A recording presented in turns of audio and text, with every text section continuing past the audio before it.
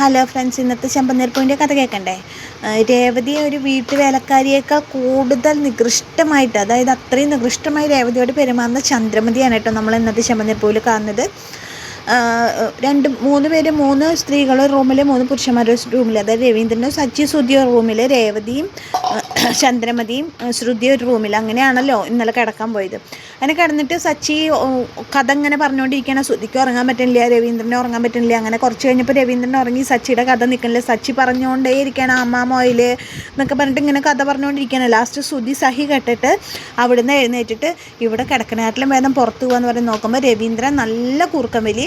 ഇപ്പുറത്ത് സച്ചിയുടെ കഥയും കൂടി ആകുമ്പോൾ ശ്രുതിക്ക് ഉറങ്ങാൻ പറ്റില്ല. അപ്പോൾ ശ്രുതി അവിടെ നിന്ന് എഴുന്നേറ്റിട്ട് ഹാളിലേക്ക് വരികയാണ്. അപ്പോൾ ഇതേ സമയത്ത് തന്നെ ചന്ദ്രമതിയുടെ റൂമിൽ ചന്ദ്രമതി നല്ല കൂർക്കം വലിയ. ശ്രുതി ചന്ദ്രമതിയെ തട്ടുമ്പോൾ ചന്ദ്രമതിയുടെ കൂർക്കം വലി നിൽക്കും. പിന്നെ അത് കഴിഞ്ഞ് ചന്ദ്രമതി വീണ്ടും കൂർക്കം വലിക്കുക. അങ്ങനെ ശ്രുതിക്ക് സഹി കെട്ടിട്ട് നോക്കുമ്പോൾ രേവതി നല്ല ഉറക്കം. ഇവളെന്തൊരു ഉറക്കം ഉറങ്ങണം, എനിക്ക് പറ്റുന്നില്ല ദൈവമേ, ഈ ആൻറ്റി എന്തത് ബുള്ളറ്റ് പോലെ എന്നൊക്കെ പറഞ്ഞിട്ട് ശ്രുതി കുറേ രേവതീനെ ആൻറ്റി വിളിക്കും. അപ്പോഴൊക്കെ ചന്ദ്ര തിരിഞ്ഞിട്ട് കൈ ഇങ്ങനെ ശ്രുതിയുടെ മേത്തേക്ക് എടുത്തിടുകയാണ്. അപ്പോൾ ശ്രുതിക്ക് മനസ്സിലാവും ഇത് നിൽക്കില്ല. അപ്പോൾ ശ്രുതി ഇതിലും ഭേദം ഹാളിൽ പോയി കിടക്കാൻ വേണ്ടിയിട്ട് ശ്രുതി ഹാളിൽ പോയിട്ട് കിടക്കാൻ പോയി കഴിഞ്ഞിട്ട് അവിടെ ചെല്ലുമ്പോൾ ശ്രുതി അവിടെ ടേബിളുമ്പോൾ തല വെച്ചിട്ടിരുന്ന് ഉറങ്ങുന്നുണ്ടാവും. അപ്പോൾ ശ്രുതി നീ എന്താ ഇവിടെ ചോദിക്കുമ്പോൾ പറയാം, ഒന്നും പറയണ്ട, അവിടെ സച്ചിയുടെ ബഹളം അങ്ങനെ എനിക്ക് ഉറങ്ങാൻ പറ്റുന്നില്ല പറയും. അപ്പോൾ ശ്രുതി പറയും, ശ്രുതി എന്താ പോകുന്നത് ചോദിക്കുമ്പോൾ പറയാം, ആൻറ്റിയുടെ ബുള്ളറ്റ് സ്റ്റാർട്ട് ചെയ്ത ശബ്ദം പോലത്തെ കൂർക്കം വലി കേട്ടിട്ട് എനിക്ക് ഉറങ്ങാൻ പറ്റണില്ല, തൽക്കാലം ഇവിടെ കിടക്കാമെന്ന് പറഞ്ഞിട്ട് ഹാളിൽ കിടക്കുക. അപ്പോൾ ശ്രുതി പറയും, എനിക്ക് ഹാളിൽ കിടന്ന് ഉറക്കം വലിയ. ശ്രുതി ഒരു നിവർത്തിയില്ല പറഞ്ഞിട്ട് അവർ ഹാളിൽ കിടക്കുകയാണ്. ഹാളിൽ കിടന്നിട്ട് ശ്രുതിക്ക് ഉറങ്ങാൻ പറ്റില്ല. ശ്രുതി തിരിഞ്ഞു പറഞ്ഞ് കിടക്കുക. പിന്നെ ശ്രുതിനെ നോക്കുമ്പോൾ ശ്രുതി നല്ല ഉറക്കായിക്കണം. ഇവള് കിടന്നപ്പോഴേക്കും ഉറങ്ങിയോ എന്നൊക്കെ അങ്ങനെ വിചാരിക്കുകയാണ്. അങ്ങനെ അത് കഴിഞ്ഞു. പിറ്റേ ദിവസം രാവിലെയായി. രേവതിക്ക് വയ്യാതെ പനിയായിട്ടാണല്ലോ കണ്ടങ്ങനെ. ചന്ദ്രമതി എഴുന്നേറ്റ് ഹാളിൽ വന്നിരിക്കുന്നുണ്ട്. രേവതി എഴുന്നേറ്റിട്ടില്ല. അപ്പോൾ സച്ചി രാവിലെ തന്നെ എഴുന്നേറ്റ് രേവതിക്കുള്ള കഞ്ഞി ഉണ്ടാക്കുന്നുണ്ട് അടുക്കളയിൽ. അത് കഴിഞ്ഞ് രേവതി മെല്ലെ എഴുന്നേറ്റ് വരുമ്പോൾ ചന്ദ്രമതി ചോദിക്കും, എഴുന്നേറ്റ് വന്നോ ആത്തോലമ്മ, ഇപ്പോഴെങ്കിലും ഉറക്കം തെളിഞ്ഞോ? ഇവിടെയുള്ളവർക്ക് ജോലിക്കൊന്നും വേണ്ട, ഇവിടെയുള്ളവർക്കൊന്നും കഴിക്കൊന്നും വേണ്ട, നിൻ്റെ തോന്നിയാസത്തിന് നീറ്റ് വന്നാൽ മതി. ചോദിക്കുമ്പോൾ രേവതി പറയും, വയ്യാത്ത കാരണം കുറച്ച് കൂടുതൽ ഉറങ്ങിപ്പോയി അമ്മയെ പറയും.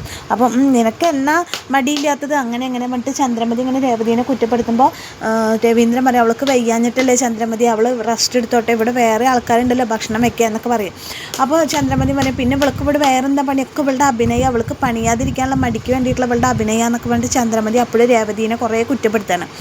അപ്പോൾ ഇതൊക്കെ കേട്ടിട്ട് സച്ചി വരെ അടുക്കളയിൽ എന്താ ഇവിടെ ചോദിക്കുമ്പോൾ ഇങ്ങനെ എഴുന്നേക്കാൻ നേരം വൈകി, നിൻ്റെ ഭാര്യ എഴുന്നേക്കാൻ നേരം വൈകി, ഇവിടെ ആർക്കും ഒന്നും കഴിക്കൊന്നും വേണ്ടല്ലോ, ഇവളുടെ ഇഷ്ടത്തിന് മതിയല്ലോ, അങ്ങനെ എങ്ങനെയെന്നൊക്കെ പറയുകയാണ്. അപ്പോൾ ഒരു ദിവസമല്ലേ അമ്മേ, ഞാൻ ഇന്നത്തെ ദിവസം എങ്ങനെയെങ്കിലും നിങ്ങൾ കഴിക്കും, നാളെ ഞാൻ ഉണ്ടാക്കാമെന്നൊക്കെ പറയുകയാണ് രേവതി. അത് കഴിഞ്ഞിട്ട് ശ്രുതി ഇറങ്ങി വരികയാണ് ജോലിക്ക്. അമ്മേ ഭക്ഷണം ആയില്ലേ, ഞങ്ങൾ പോവാറായി, ഭക്ഷണം എടുത്ത് വയ്ക്കാൻ പറയും. ഭക്ഷണം ഒന്നും ആയിട്ടില്ല മക്കളെ. അതെന്താ ചോദിക്കുമ്പോൾ പറയും, ഇന്ന് ഇവിടെ എഴുന്നേറ്റില്ല, ഇവളൊന്നും ഉണ്ടാക്കിയിട്ടില്ല, നിങ്ങൾക്കൊന്നും പോകേണ്ട കാര്യം ഇവൾക്ക് അറിയാം, ഇവൾ മനഃപൂർവ്വം ഇവളെ എഴുന്നേക്കാതെ ഇരുന്നതാണ്, ഇവൾ അവിടെ കിടന്നു സുഖമായിട്ട്, അവളുടെ റെസ്റ്റ് എടുക്കല് എന്നൊക്കെ പറയുമ്പോൾ ശ്രുതി പറയും, ഇഷ്യൂ ഇനിയിപ്പോൾ എന്താ ചെയ്യുക, ഞങ്ങൾക്ക് ഭക്ഷണം കഴിക്കാണ്ട് എങ്ങനെ ചെയ്യാം, അപ്പോൾ ഭക്ഷണം കഴിക്കാതെ എങ്ങനെയമ്മ ഞാൻ പോയി വർക്ക് ചെയ്യുക എന്നൊക്കെ ചോദിക്കുകയാണ് ശ്രുതി. അപ്പോൾ സച്ചി പറയും, നിനക്ക് വേണമെങ്കിൽ നിൻ്റെ ഭാര്യയോട് പറ ഉണ്ടാക്കിത്തരാൻ, എന്താ രേവതി ഉണ്ടാക്കിത്തരാൻ അത്ര വലിയ നിർബന്ധം, നിനക്ക് വേണമെങ്കിൽ നിൻ്റെ ഭാര്യയോട് ഉണ്ടാക്കിത്തരാൻ പറ എന്നൊക്കെ പറയുമ്പോൾ ശ്രുതി പറയും സാരമില്ല, എനിക്കൊരു ക്ലയൻറ്റിനെ കാണാണ്ട് ഇത്തിരി തിരക്കാണ്, ഒരു കാര്യം ചെയ്യാം, ഞങ്ങൾ പുറത്തുനിന്ന് കഴിച്ചോളാം എന്നിട്ട് അവർ എസ്കേപ്പ് അടിക്കുക അവിടുന്ന്.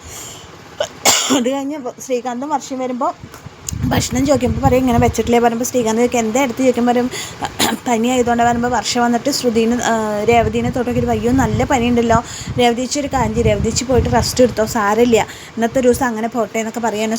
ഞങ്ങൾ പുറത്തുനിന്ന് കഴിച്ചോളാം, ശ്രീകാന്ത് റെസ്റ്റോറൻറ്റിൽ നിന്ന് കഴിച്ചോളാം എന്ന് പറയാണ്. അപ്പോൾ രേവതിയോട് പറയും രേവതിച്ച് പോയി റെസ്റ്റ് എടുത്തോ എന്നൊക്കെ പറഞ്ഞിട്ട് സപ്പോർട്ട് ചെയ്ത് സംസാരിക്കുകയാണ്. അപ്പോൾ ചന്ദ്രമതി പറയും എന്താ വർഷം നീ എന്താ പറഞ്ഞിട്ടായി പറയണത്, അതൊക്കെ അവളുടെ അഭിനയമാണെന്നൊക്കെ പറഞ്ഞിട്ട് വർഷയോട് പറയുകയാണ് ചന്ദ്രമതി. പക്ഷേ വർഷം അത് സമ്മതിക്കണില്ല. ചേച്ചി ഇപ്പോൾ റെസ്റ്റ് എടുത്തോ ചേച്ചി, സാരില്ല ചേച്ചിയല്ല റെസ്റ്റ് എടുക്കാതെ പണിയണമെന്നൊക്കെ പറഞ്ഞിട്ട് വർഷം അപ്പോഴും രേവതിക്ക് അനുകൂലമായിട്ടാണ് സംസാരിക്കുന്നത്. അതൊക്കെ കഴിഞ്ഞിട്ട് ഞങ്ങൾ ശ്രീകാന്തിൻ്റെ ഹോട്ടലിൽ നിന്ന് കഴിച്ചോളാം. അപ്പോൾ രവീന്ദ്രൻ പറയും ഇവിടെ വേറെ 2 മരുമക്കളില്ലേ, അവർ കയറിട്ട് അടുക്കളയിൽ പറയുമ്പോൾ വർഷം പറയും അയ്യോ എനിക്കൊന്നും ഉണ്ടാക്കാൻ അറിയില്ല അങ്കിൾ, അതുകൊണ്ടല്ല ഞാൻ ഷെഫായി ഒരാളെ കല്യാണം കഴിച്ചെന്നൊക്കെ പറയുമ്പോൾ ശ്രീകാന്ത് പറയാം അത് ശരി, അപ്പോൾ നിനക്ക് ഭക്ഷണം ഉണ്ടാക്കി തരാനാണോ നീ എന്നെ കല്യാണം കഴിച്ച് ചോദിക്കുമ്പോൾ അല്ല ഞാൻ അങ്ങനെ പറഞ്ഞു എന്നേ ഉള്ളൂ ശ്രീകാന്തേ പറയാണ്. അങ്ങനെ അവരും പുറത്തേക്ക് പോകും. അപ്പോൾ സച്ചി പറയും നാളെ മുതൽ ഇവിടെ ആർക്കുള്ള ഭക്ഷണം രേവതി ഉണ്ടാക്കില്ല, നിങ്ങൾക്ക് 2 പേർക്കുള്ള ഭക്ഷണം രേവതി ഉണ്ടാക്കി തരും, ബാക്കിയുള്ളവരൊക്കെ അവരവർക്ക് വേണ്ടത് അവരവരുടെ ഭാര്യമാരുണ്ടാക്കുക എങ്ങനെയാ വെച്ചാൽ ഉണ്ടാക്കിക്കോട്ടെ എന്ന് പറയാണ്. അങ്ങനെ പറഞ്ഞിട്ട് അപ്പോൾ ചന്ദ്രമതിക്ക് ഇതൊക്കെ കൂടി കേൾക്കുമ്പോൾ ദേഷ്യം വരുന്നുണ്ട് കേട്ടോ. അങ്ങനെ രേവതി അടുക്കളയിലേക്ക് പോവാണ്. രേവതി അടുക്കളയിൽ പോകുമ്പോൾ തലേദിവസം കഴിച്ച പാത്രങ്ങൾ പോലും കഴിക്കിയിട്ടില്ല. രേവതി അത് കഴുകി വയ്ക്കാൻ തുടങ്ങുമ്പോൾ സച്ചി വന്നിട്ട് നോക്കിയിട്ട് പറയും, രേവതി നിനക്ക് നന്നായി പനിക്കുണ്ടല്ലോ, നമുക്ക് ഡോക്ടറെ അടുത്ത് പോകാമെന്ന് പറയാണ്. അപ്പോൾ സാരില്ല സച്ചിയേട്ടാ പറയണേ.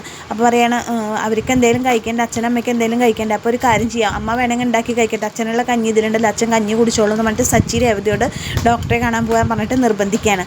അങ്ങനെയാണ് രേവതിയുടെ ആ ഒരു വയ്യാത്തൊരവസ്ഥയും ചന്ദ്രമതിയുടെ തനി അമ്മായിമ്മ സ്വഭാവമാണ് ഇന്നത്തെ ചെമ്പന്നിർപ്പൂവിൽ കാണിക്കുന്നത്. അപ്പോൾ എൻ്റെ കഥ കേട്ട് ഇഷ്ടമായ കൂട്ടുകാരൻ എൻ്റെ ചാനലൊന്ന് ലൈക്ക് ചെയ്യണേ, ഷെയർ ചെയ്യണേ, സബ്സ്ക്രൈബ് ചെയ്യണേ. ദയവ് ചെയ്തിട്ട് എൻ്റെ ചാനലിലെ കഥ മുഴുവനും സ്കിപ്പ് ചെയ്യാതെ ഒന്ന് കാണണേ കൂട്ടുകാരെ. Okay, thank